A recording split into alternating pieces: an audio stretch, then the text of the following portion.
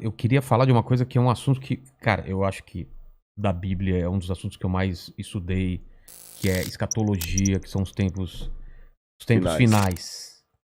O que está acontecendo? A gente está vivendo os tempos finais, há sinais, segundo a Bíblia, proféticos, e a gente não falou dessa pedra Ah, tá. Isso também. aqui é uma coisa simples. Depois eu falo Tá dela. bom. Bom, na verdade, Porque tem esse movimento, né? A claro, pandemia faz parte claro, disso, o anticristo já está aí. Aliás, a gente está perto da segunda volta de claro, eu Cristo. acredito que sim. Sim? Mas vamos lembrar uma coisa. Quando os discípulos perguntaram para Jesus, que sinal haverá de tua vinda e da consumação dos séculos, do fim do mundo, Jesus falou assim, olha, cuidado que ninguém engane vocês. Porque Primeira coisa que ele já virão, falou. cuidado, virão muitos em meu nome dizendo, eu sou o Cristo, enganarão a muitos. Certamente, isso está em Mateus capítulo 24. Depois, quem tiver uma Bíblia em casa, procure em Mateus capítulo 24.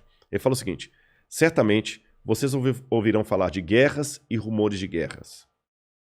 Não se assustem, ainda não é o fim.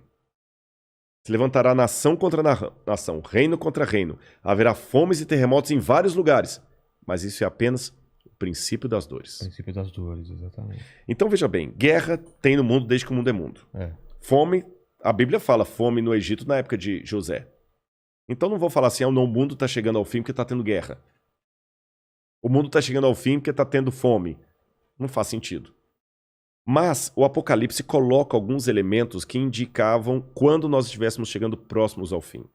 Embora, nota de rodapé aqui, ninguém sabe o dia nem a hora da volta de Jesus. É estupidez. Tentar adivinhar. Não, claro, não podemos isso. Você entendeu? Bom, mas a gente pode saber a proximidade dos tempos em que vivemos. Então tem algumas coisas no Apocalipse que são características do tempo do fim. Exemplo, Apocalipse 11, 19. Diz assim, as nações ficaram iradas. Chegou, porém, o juízo de Deus e o tempo determinado para ele dar o prêmio aos seus santos e aos profetas e o tempo para destruir os que estão destruindo a terra. Ora, na época de Cristo não tinha como destruir a terra. O Apocalipse estava fazendo uma profecia de uma época em que a terra poderia ser destruída por seres humanos, coisa que na época do Apocalipse não tinha como. E ele fala depois das pragas de Deus que iriam cair. Essas pragas não caíram ainda. Mas os vislumbres dela... Não caíram? Não. A peste não é... A do Apocalipse, né? É. Mas os vislumbres delas podem estar já batendo as portas. Quer um exemplo? Quer. Diz que um anjo derramou a sua taça sobre o sol. E foi-lhe dado queimar aos homens com grande fogo. Os homens se queimavam com um intenso calor e blasfemavam o nome de Deus que tinha autoridade sobre essa praga. Olha o problema da camada de ozônio, o efeito estufa, o que está acontecendo com o sol. O outro anjo derramou a sua taça sobre os rios e fontes d'água e mares, que se tornaram como sangue de morto. Sangue de morto não é vermelho, dessa cor. Sangue de morto é escuro, é fétido, é quase coagulado. Como é que tá Pinheiros, Tietê, Lagoa Rodrigo de Freitas, as águas do mundo? Poluição. As previsões é que até 2025 a guerra do mundo vai ser pela água. Fala do anticristo, que ia dominar o mundo inteiro de uma maneira algorítmica. Pacífica, porque é um algoritmo. O 666. O que é o 666? O que é o 666? Na época do Antigo Testamento, Deus deu algumas normas para os judeus. O povo do Oriente Médio, ele é muito simbólico, sabe? Ele tem muito esse lance do símbolo que aqui no Ocidente a gente perde. Então o judeu pode olhar, ele usa o paiot, que significa alguma coisa, o kippah, que é aquele chapeuzinho na cabeça. E Deus falou o seguinte, olha, vocês vão pegar a lei de Deus, escrever um resumo da lei de Deus e vão colocar por frontal entre os olhos, numa caixinha aqui, e também na mão de vocês. O judeu hoje usa na mão esquerda. Pode olhar aqui no Muro das Lamentações, você vê o judeu orando lá, né? Baruch atah Beshem Adonai Eloheinu melech haolam. E ele vai orando no muro e ele tá com aquela caixinha preta aqui e outra na mão. Aí no Apocalipse a gente vê que o inimigo, o diabo, que se vale do anticristo, assim como Deus envia o Cristo... o anticristo é a versão do Cristo pro demônio. Pro demônio, o anticristo. Ele faz uma paródia de Cristo. Aí, como Deus no Antigo Testamento pediu aos judeus para ter a lei de Deus na testa e na mão, o anticristo coloca também um sinal, uma marca, na testa e na mão. Então significa uma época em que a lei de Deus vai ser questionada. Nessa época em que a lei de Deus for questionada, diz o Apocalipse, ninguém poderá comprar nem vender, senão aquele que tem a marca da besta e o número do seu nome. Ora, esse número é 666. Aí muita gente pega isso e fala o seguinte, então vou começar a calcular, Hitler dá 666, o Papa, o Saddam Hussein, Bill Gates, até a Ellen White, que é uma pioneira do Adventismo, ela dá 666, todo dá 666, né? No grego está o seguinte, aquele que tem entendimento, calcule. E essa palavra calcule no grego ali é a mesma palavra para faça a contabilidade daquilo que o anticristo vai fazer.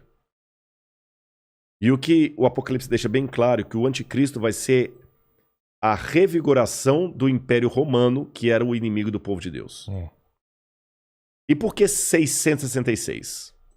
Na cultura da Babilônia, o 6 era o número base para você fazer qualquer cálculo. Era um número divino. Tanto é que quando Nabucodonosor ergue uma imagem, ela tinha 60 côvados por 6. 60 por 6. O 6 era um múltiplo divino. E ali você tem o 666, múltiplo de 6. Agora o Apocalipse fala que ele vai controlar a economia. Os povos da terra vão segui-lo. Ninguém vai poder, falando quem pode pelejar com ele. E o que nós estamos vendo agora é o mundo caminhando pela primeira vez na história para uma unificação mundial. De moeda? De tudo. Parece até teoria da conspiração que eu vou falar, mas não é. O mundo está caminhando para uma unificação. Rodrigo, mas nunca. Aqui no Brasil mesmo a gente vê a briga dos de esquerda com os de direita. O pessoal não está entendendo. Essa unificação não significa unificação de mente, mas unificação de propósito.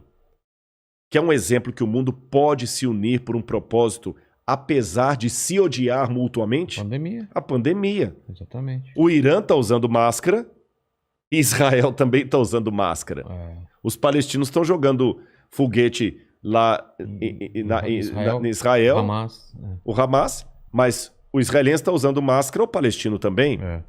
O egípcio está usando álcool em gel, o iraniano está usando álcool em gel, o americano está usando álcool em gel, o russo está usando álcool em gel, então o Putin está usando álcool em gel. A mesma coisa o presidente do Brasil, o presidente da Argentina, da Venezuela, o mundo parou. Então é possível essa união do mundo inteiro em algumas coisas mesmo. Ela não só é possível, como ela é um caminho sem volta. Por que está falando tanto em criptomoeda? Nós já estamos passando por uma transição do dinheiro. Dinheiro de papel, né? De papel, você entendeu? Dinheiro baseado em tesouro nacional. E o mundo hoje precisa. Isso aqui não é uma defesa do Rodrigo, não é um desejo do Rodrigo. Eu estou falando de uma tendência. Tendência.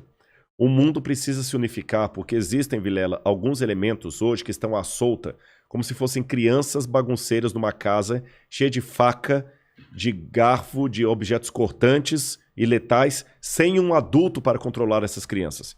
Você jamais faria isso. Quais são as crianças que estão à solta no mundo e precisam de um adulto para controlá-las? Um preceptor, uma babá? Internet. Quem tem domínio da internet? Você na internet você pode encontrar o podcast do Inteligência Ilimitada, mas você também pode encontrar uma fórmula para fazer um coquetel molotov. O camarada pode assediar você para fazer parte do Estado Islâmico. Quem controla a internet? Nem os Estados Unidos. Não, está na mão de ninguém. Quem controla tráfico de drogas e de armas em nível mundial? Ninguém. Lavagem de dinheiro está aí. O terrorismo está aí e lavam dinheiro. Quem controla bolsa de valores? A economia do mundo não aguenta por mais 20 anos nas mãos da bolsa de valores que é especulativa. Se cair a bolsa de Tóquio, você nunca foi ao Japão, mas você pode perder o seu emprego e essa casa aqui porque caiu a bolsa de Tóquio. O Bradesco pode falir porque teve um crash na bolsa de Nova York. E a gente viu, essa pandemia viu como nós estamos economicamente vulneráveis. Economicamente vulneráveis. Quem controla o terrorismo mundial? Então esses elementos... mais um. A ecologia. Não quero entrar no debate se a Amazônia é nossa ou não é nossa. O fato é que se a gente não cuidar da Amazônia, o mundo todo se ferra, caramba. Você tá entendendo? Então não tem mais esse negócio assim, é meu. Então hoje a gente precisa de um governo único que com leis mundiais controle a internet, bolsa de valores, que vai desaparecer, o reset está aí, controle a economia, gastos, terrorismo e tudo mais. E os países, por mais que continue havendo direita e esquerda, situação e oposição, não interessa, Islã e cristianismo, vai precisar se unir, não porque eles se amam, porque não tem outro jeito. E essa união está muito parecida com o caminho de preparação para o anticristo. Agora, a minha questão aqui não é cair naquela esquizofrenia escatológica de achar agora que qualquer coisa eu tenho que evitar porque senão é a marca da besta. Eu já vi gente, isso aqui é sério, que não quer deixar colocar o revolvinho da temperatura na testa da mão, que aquele é a marca da besta. Calma. Estupidez, não tem nada a ver um negócio desse, gente, tá bom? Agora, quando esse governo único se interpuser entre a minha fidelidade a Deus e a minha fidelidade ao Estado, esse é o único momento em que eu estou livre perante Deus para ter uma desobediência civil, social. Porque a própria Bíblia me ensina a ser obediente às autoridades constituintes. Mesmo quando Nero estava no poder, Pedro escreveu: respeitem as autoridades constituídas. A César o que é de César. Dai César o que é de César. Pague os impostos. Seja um bom cidadão. Que a crise não venha por culpa de vocês. A Bíblia me ensina a ser um bom cidadão. Porém, a própria Bíblia fala: quando o governo der uma ordem... A Bíblia não diz isso explicitamente. Diz assim, em termos filosóficos. Sim. Quando o governo der uma lei que vá contra os mandamentos da lei de Deus, como os companheiros de Daniel na Babilônia, enfrente a morte se preciso for, mas não ceda. Talvez essa seja a diferença de um teólogo apaixonado por Deus e pela Bíblia e alguém que simplesmente é um acadêmico livre. Porque que especialista em literatura inglesa, em sã consciência, teria coragem de morrer por sua interpretação de Shakespeare? Mas a Bíblia é um livro que já levou muitos ao martírio para não abrir mão daquilo que a Bíblia ensina.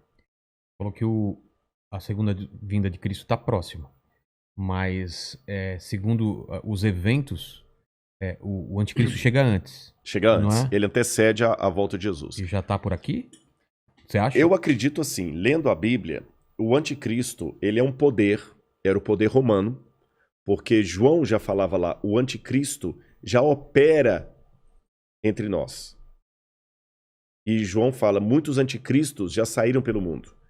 Ele só está aguardando aquilo que o detém. Então o anticristo naquele tempo era Roma. Os exegetas veem, a besta era Roma. Só que a Bíblia fala, através do apóstolo Paulo, que havia uma grande apostasia do povo de Deus. Que palavra é essa, apostasia? Eles abandonariam a fé, se uniriam a Roma, e Roma no futuro voltaria travestida de cristã, por isso que é o anticristo, nome que não aparece no Apocalipse, mas aparece nas epístolas de João. Ah, tá. Anticristo, anti em grego é aquele que toma o lugar de. Então o anticristo é aquele que toma o lugar de Cristo e vai dominar o mundo. Então a minha sugestão para todos é o seguinte, fiquem atentos às propostas governamentais. Qualquer coisa que não infrinja a minha fé naquilo que eu entendo pela Bíblia ser o correto, eu vou seguir. Eu vou me vacinar. Eu não vou ficar crendo em teoria da conspiração. Ah, mas a vacina é uma maneira de aniquilar 1/3 da humanidade. Eu acho que vai ser muito mais fácil Eu vou me vacinar. Só não vou tomar a Coronavac, né? Que está questionada aí, senão eu não posso entrar em Israel. Mas eu vou me vacinar. Israel não aceita. Não aceitou Muitos países da Europa não aceitam a Coronavac. Né? Lamento o Butantan aí, mas a menos que mude o cenário, a Coronavac não está sendo aceita. A Pfizer, ou a Moderna, ou a outra, lá de Oxford. Essas são aceitas. Mas eu vou me vacinar. Você está entendendo? Agora, não vou cair em teoria da conspiração. Agora, o dia que houver uma lei que se interpuser entre a minha fidelidade e aquilo que Deus pediu de mim, aí eu estou disposto a enfrentar até a morte.